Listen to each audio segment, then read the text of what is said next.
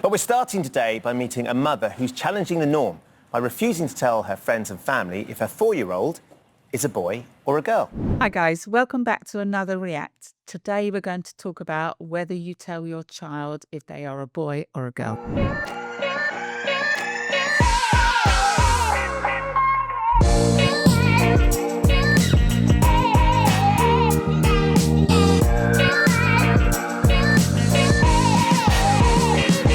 Before we dive in, please can you like, subscribe and ring the notification bell. But we're starting today by meeting a mother who's challenging the norm by refusing to tell her friends and family if her 4-year-old is a boy or a girl. Leah Borromeo hasn't even told her child what gender they are, and she joins us now to tell us why. Good morning. Good morning. Morning, Very Leah. nice Thanks to for see joining you. us. So this was something that you decided you were going to do long before Riley was born. Very much so. Yes, it's Why? because my partner and I were both quite committed to equity, and we both saw and observed how we were raised as children and how we kind of got a little bit annoyed. So when I was being brought up, I remember telling my mom, why, or asking her, like, why are boys always allowed to do everything they want to do, but girls just have to sit still and be quiet? And for me, that seemed really unfair. And the same thing for my male partner as well, because, he was undergoing a lot of things as a kid, and he was being told and being restricted from doing certain things within, his upbringing, not by his parents, but by other people presuming that, of course, he was going to be good at sports, of course he was going to be doing, of course he was. But this was all stuff that I just didn't sit right with us. Right. And So you decided that you were going to raise your child gender-free. Can you just explain exactly what that involves and what that means? so for us, it means not telling anybody necessarily what or ascribing a gender to them. So it's not saying you are one of an either binary. So their sex is their sex. And so when we are at the doctor's or anywhere else, it's kind of like, okay, this, or with a passport, for instance, or their birth certificate, the sex is their sex. The gender, of course, is how you feel inside. So what we're more concerned about and what we're focused on is making sure that they are able to discover what they are inside. And so other parents who are in the sort of gender creative community or in the gender free community, some of them do use a binary pronoun, but they still allow their children the freedom to play and to dress and to act in whatever way they choose. But one thing we've observed about that is once you assign a gender to somebody, immediately people will change their behavior. And we noticed this in the delivery room when we heard people talking about newborns having such strong muscles and being brave little soldiers and being delicate princesses. And it's like, they're just babies. They're both strong because they made it this far, but they're also very delicate because they need us to survive. Is that a problem, though? Do you think it's a problem when people will describe the newborn baby that might be a boy as saying, doesn't he look strong, he's going to be really brave, and a little girl or a newborn girl as she looks like a beautiful princess? Is that a bad thing? It's in an She's got a point, what she's saying, isn't she, Deb? Because when you see a boy, when you see a girl, you do say, oh, isn't he strong, what a soldier, what a brave boy, and oh, what a cute little princess, oh, she's cute as a button. You do put labels to boys and you do put labels to girls in terms of the terminology you use. Absolutely. And we're living in a very different family making environment nowadays. And we, for one, at MSJ, are very, very averse to every type of family that comes our way. And we're very open and very transparent about what those family makings look like. But for me personally, I think this little child is 4 years of age and probably embarking on their school journey. What happens when that child goes into school and there are hopefully gender neutral toilets within that school, but maybe not. Some schools don't have the facilities to offer gender neutrality. And that could be an issue for this child because where do they go and what do they identify with? So I think absolutely this family have decided on this pathway for their child, and that should be their right as a couple and as parents, absolutely. But here comes the problems when they start to go into the bigger society, such as school and environments where you're exposing that child at a very young age to understanding who they are. Does a child at 4 really recognise? I know there's lots of work to say that they absolutely do, but I suspect that there could be some difficulties with that child and the confusion about where do they go to and who would they speak to. Are there going to be teachers supporting that environment for that child when they do come up with these difficulties within schools? And also their peers. Yes. You know, are they going to understand what the child's going through and how the child's being brought up? Because, you know, other children might not be exposed to gender neutral. They might not understand what they're going through. Do you know what I mean? So it's hard, isn't it? It's, you know, and life is tough, isn't it? The world that we live in nowadays, do we want to expose our children to an added layer of toughness that they've got to negotiate potentially on their own? You know, when you're away from that family knit, that environment that you've grown up with and been part of for the last 4 years, and now suddenly this child is in an environment that might not fully understand the needs of that family or where this child is. And that's, I think, there's where lies the difficulties with some of these areas where you're exposing a child unnecessarily, perhaps. Isolated circumstance, I don't think anything is necessarily bad, but once it just keeps getting repeated, and once it keeps being reiterated, then there is a chance that this child will only see themselves as pretty. They will only see themselves as this, and they will only see themselves as strong, and then maybe they're not. Maybe they don't feel that way. And that, for us, is something that we didn't want to do. So we've used pretty much everything in both. So when Riley was born, and you obviously, you know, you spoke to your family and they must have been so happy. What did you say to them at that moment? And were they surprised when you didn't say, oh, we've had a little boy or we've had a little girl? Oh, I mean, how did they react? We had a lockdown baby, so it was a little bit stranger than other circumstances. So Riley's first interaction with any family member was through a Zoom call. Right. There goes my screen-free childhood. Literally. That's a whole nother battle. Yes. Oh my gosh. So when we did that, it was like, hello, hi, and I was just tired. And Riley was just kind of, you know, nuzzling, half asleep and cooing and everything else. And then somebody in my family just went, a boy or a girl? And I said, well, they haven't told us yet. And what was the response? I think that kind of, it wrong-footed some of them because there's quite a few on the screen. So I couldn't really see which ones. I just kind of responded to the person who was asking. And someone said, but you must know. You must. And I went, no. And interestingly, when you say they, you don't mean the midwives, the doctors, you mean Riley. Yeah. Riley hasn't told you yet whether they are a boy or a girl. Correct. Which is an extraordinary sort of position to take. Oh, I find that a little bit difficult to comprehend and understand. This is a newborn baby. How on earth could a newborn baby identify themselves as the gender boy or girl? I find that difficult to comprehend and understand, and to explain to your family and friends when you've got this beautiful new child, how you explain what the gender or the sex of that tiny baby is, because that's the first thing that all of us want to know when a baby is born, and what's appropriate to buy. Yes, you can have lots of gender neutral colours, and you know, you don't necessarily have to buy the white frilly dress or the blue dungarees, whatever that is. There's lots of those, but essentially families want to support and want to coo over the baby that's being born. So I could understand her reaction that, as she said then, that there were several people on that Zoom call that reacted strangely to that. And that's always your first question that family and friends ask. Is it a boy or girl? That's the one thing that you're excited, other than the arrival.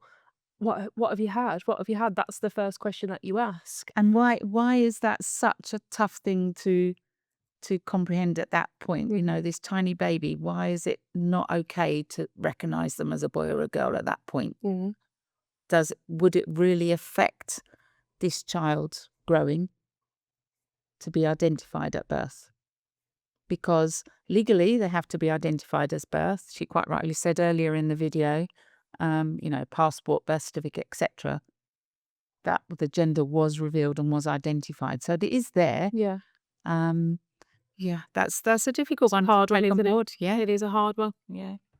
I mean, it's so unusual to hear. We're both parents. We've all been there. Your family are waiting. You want to know whether you wait to find out whether it's a surprise or not. I wonder how complicated it's been, though, Leah, for you and your partner, and equally for Riley. Riley's 4 now, right?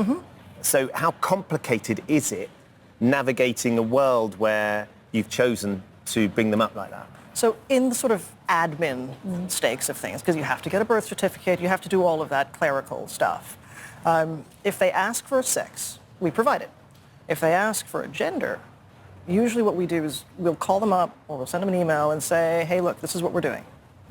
And oftentimes they'll be like, oh yeah, I didn't realize that we put that on the form, because they just presume that sex equals gender and gender equals sex. So oftentimes what they did is they either say, well, you don't have to answer that, or here's a third option.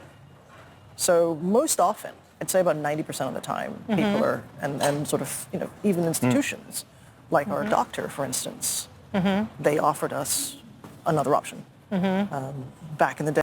That is really nice to hear, isn't it? That they are getting offered. This is the way that they are choosing to parent and bring up their child. And it's really nice to hear that society is responding to that and giving them options. Yeah. And yes, we do differentiate between the sex and the gender, and we understand what those terms mean.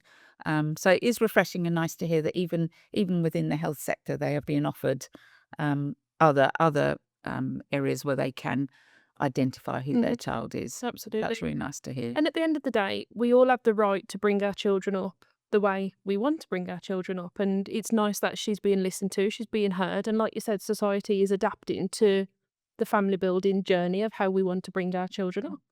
But I think there's still lots of bias out there. There's still lots of it's not going to be an easy ride for this family, and particularly for Riley, as they navigate their way through the early school years and going into senior school, etc. How are they going to be supported? Are they going to have the right infrastructure around them? Because it's not just about the parents. No. It's about that bigger, their peers, their teachers, everyone that influences that child will have an input into that. It's the education, isn't it? It's the understanding. And some people won't understand it. They won't get it. They will have their opinions. And, we see that all of the time.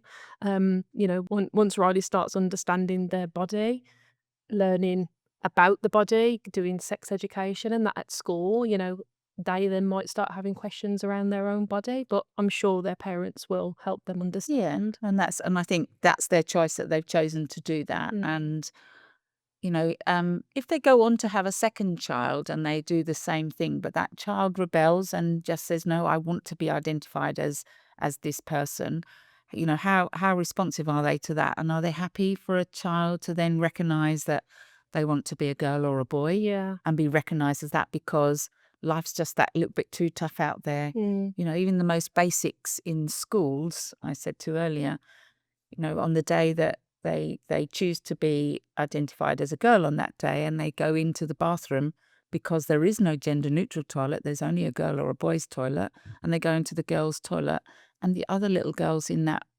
environment are not comfortable. How would the parents of those children feel? And would that bring about complaints or concerns to the school? And how would the schools deal with that? Because there isn't money, funding, infrastructure to suddenly put gender neutral bathrooms in all schools. No. Certainly new schools perhaps would have that option, but you're not going to have the funding, schools. are you? So we need to take on board the opinions of everyone around this child and those parents. Yes, absolutely their choice, but please take into consideration some of the options that those children are going to be faced with on a daily basis. The American government also offered us another option. So, which I think sounds actually doable when you're in a controlled environment like that, and when you're with Riley most of the time. But when Riley then has to go to school, Yeah. what is that going to be like for them? Yeah, well, we're starting school in September. Right. And so we delayed them by a year because they were summer born, and we thought, hey, They're let's late just, for the year, yeah. yeah, I let's get it. just give them another year to play. Yeah. Sure. And when we were at nursery, for instance, the nursery was like, oh, we've not encountered this before. Okay. Let's bring you in and let's have a conversation. And then they brought in other speakers to also have a conversation about it. So all the staff and all the parents and everyone in the wider nursery group suddenly got hip to it. And they're like, oh yeah, that's really good. And other people were really quite accepting of it. And so they just took it in their stride. There is a moment, though, isn't there, I think, Leah, that people will be sitting at home. We have She doesn't talk about people that didn't take or weren't responsive to it. So I'm sure there must have been people that weren't happy with that scenario. So how did she help Riley understand those people that weren't so responsive? Yeah, exactly, Deb. You know, they're just starting nursery. They're 4 years old. It's all fresh. It's all new. And it's going to be how they're settling in, isn't it? And forming friendship groups, the parents getting to know other parents. And yeah, it'll be interesting to see how they settle. Yeah, people are going to be fascinated and want to understand, the majority. But I'm sure there are going to be people that are opposed to that and could give them a hard time. And when you're navigating those first steps into nursery and your first steps into school, you want to make it an easy process, an easy pathway, not something that's going to have hiccups and extra that they're going to have to deal with on a daily basis. It's hard starting school. Enough. And it is, without added.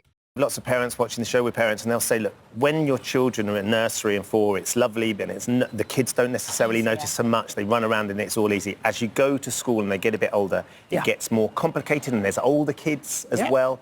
And you can't protect them so much. And all you really want to do is make their lives as easy as possible. Yeah. What do you say to people that will look at you and what you and your partner have decided to do with Riley and say, you're not making their life easy, this is making their life more complicated? I can totally hear that. And we have had not much, because we chose the primary school that they're going to be going to because of its accepting and open and sort of Approach, approach to kind of educating kids. And a lot of the children there are already in that sort of mindset. So one of the things that we really want to do fundamentally now is to build up Riley's resilience and to build up their ability to be able to answer this for themselves. Yeah. I think that's what it's about, Deb. I think it's about the parents helping Riley understand themselves. I think it's about the parents educating the school, because they're not going to have a lot of children like Riley there. I fully agree. And I think it's them all working together as a force, because you don't want Riley to feel singled out as they start to understand their body. Otherwise, they're going to rebel. Yeah. And especially as we've touched they on get it a couple of older. times. Life is tough, isn't it? Yeah. And just embarking, I can remember my children going to school for the first time and me bawling my eyes out and thinking how they're ever going to do that on their own without me there. And, to have this whole other layer of influence and stuff that they've got to navigate through because they've been set up as a little bit different. And that's okay. Nobody's questioning. We're both fully in agreement of that. Yeah, But in a general scheme Yeah. of a general school, Yeah. as much as she says that she's worked hard with the school and she's chosen a school that's inclusive, etc. Yeah. That's incredible, and that is amazing. Yeah, absolutely. Yeah, we need to understand that there is going to be bias there. Yeah. So oftentimes it's like, so what about this? Why aren't you doing this? Aren't they traumatized? Aren't they in some way shocked? Or aren't you doing them a disservice? And it's like, ask them. Because they are now more increasingly able to just say who they are. If a They're child only in the 4, play- though. I mean, Leah, at some point, Rayleigh's going to be a teenager. Yeah. And we know the complications that come with being a teenager. And then if they look back and say, I can't believe you complicated that would be my concern as a parent. You want to try and get them there, arm them with the ability. I think what you're talking about, making them resilient, is a really, really fantastic quality to be able to help your child with. But that's what I can imagine people at home saying, this is going to get so complicated. Are you doing this for Riley, or are you doing this for yourself and for your partner to try and... That's a really valid question, a really valid point to ask. And what I would come back on that is who has not had a complicated teenage life? Who has not had an issue with how they have always been brought up? So what we're trying to do is trying to in some way denude it from that complication. So we have quite a lot of friends who didn't necessarily appreciate being put in certain dresses or being treated in certain ways. So you think the way you're going to do it is going to lessen the complications? We hope. I don't believe that at No. all. And having had 2 children myself and lots of friends, yes, teenage years can be really tricky. And, just without any other influences changing or depicting how they're going to be within a family setting, I think she's a little bit deluded in the fact that she's thinking that it's all going to be hunky-dory and that Riley is going to be really set up to answer all these questions and to understand, where they're sitting in life at that particular moment in time. Yeah. And how they're expected to behave within peer groups and school settings and gym clubs and sport, all of those things that will influence their lives with their friends. I think she's a little bit deluded that that's not going to be an extra layer of problem. Yeah. No, I agree there, Deb. Everything's going to be complicated. Sure. We're looking, this morning I had to say, Riley, please eat your cereal at least 15 times. I resorted to bribery. So there are so many things that are complicated. And now small people, small problems, big people, big problems. Yeah. And I know this will get harder. It doesn't get easier, it always gets different. Yeah. And when you preempt the future, what do you see? Is Riley going to essentially choose? If they want to. Right. The pressure isn't on them to choose. They don't Right. have to. Okay. If they feel they need to, Yeah. they will. Yeah. And sometimes some people have already asked, and occasionally they'll say, oh, well, so-and-so says, these kids wear trousers, these kids wear dresses, these kids play with this, and these kids play with that. And I said, well, what do you think? How do you feel about that? How do you feel about somebody saying that to you and saying that you can't do that just because you look a certain way? I was like, that's not fair. No. I wonder how she'll feel the day that Riley comes back from school and says, I feel this way because I've heard this and I want to be this gender because this is the way my body looks. Yeah, and I'm hoping that they, as parents, are prepared for that. Something struck me just then. She talked just momentarily ago about her male partner. She's obviously identifying as a woman. So they already have stereotypical male-female genders within their family setting. Yeah. How do they educate Riley on that? Here's a woman and here's a man. Yeah. I wonder how whether that scenario has ever came up, or whether Riley's just still that little bit too young to fully appreciate and understand that this is mum and this is dad and she's female and he's male. Yeah. Yeah, I agree. And that's what I always think of, Deb, and that's why I just said that question then of when they are older and they're at school and they start to understand the body and the body parts and what's associated with a male and a female, and then they come back from school one day and say, oh, well, I think I'm this gender because I have these body parts. I want to be a female or a male. Yeah. I wonder how they will then take. I hope that they're prepared themselves for that. They've made choices with how they've chosen to bring up Riley, but I hope that they've prepared themselves for that. Yeah, future. yeah. Or they may just want to be gender neutral and, identify. It's not fair, and I don't think anybody watching would think any boy or girl shouldn't be allowed to do whatever they want to do, regardless of their gender that they choose to be. Running in the road, you can't do that. No, please yeah. don't do that. And that's also a good point what Ben's just made, because I have a daughter, she's 7. I don't stop her doing anything. If she wants to play football, if she wants to play with the Barbies, if she wants to climb a tree, if she wants to run in mud, I don't stop her doing anything. So I did exactly the same. My daughter danced and she also trialled out in rugby. My son was a rugby player but also danced. Yeah. So they both had options Yeah. to do those. And, you know, Harry in his dancing actually accentuated his rugby because the skills that he learnt in dancing gave him much more poise on the rugby pitch. So yeah, we don't necessarily gender our children. No, not We at all. give them opportunities to be able, and thankfully society allows that girls can be part of rugby, or boys can be dancers, or boys can be hairdressers. They're not stereotypical. Do you know, there's lots of where we've removed that from the society that we live in today, and that's really encouraging as well. Played football. She loved it. I'd never stop her doing anything Yeah, at all. So you don't have to categorise them. No.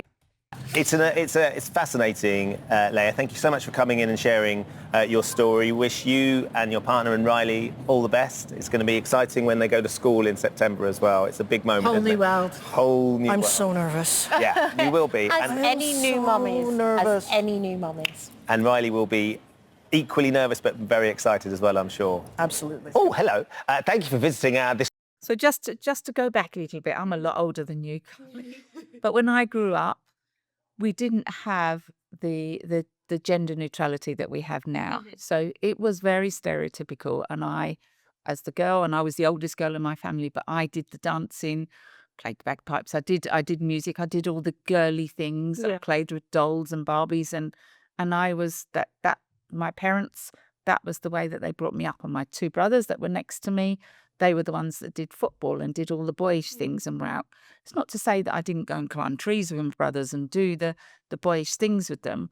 But in general, when I was young, there wasn't that acceptability for gender neutrality. And I'm glad to see that things have moved in a different space, and we are very much more open to family building of all sorts today. Yeah. And, from the business that we work in, it's really beautiful to see some of the families that we're creating, whether you're same sex or trans or non-binary, whatever that is, we're in the business to support you, to help you create families.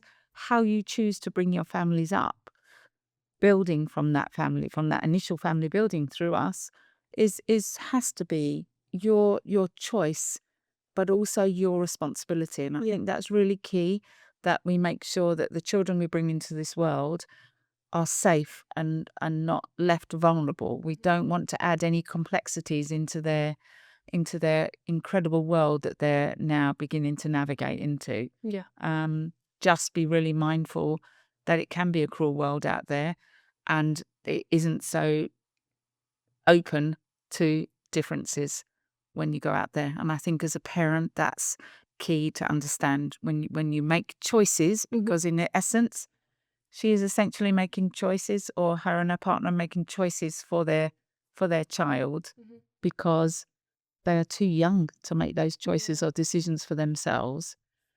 It'll be interesting to see. I'd love to have this conversation in 10 years' time when Riley's at secondary school, and to understand what that journey's looked like. Yeah.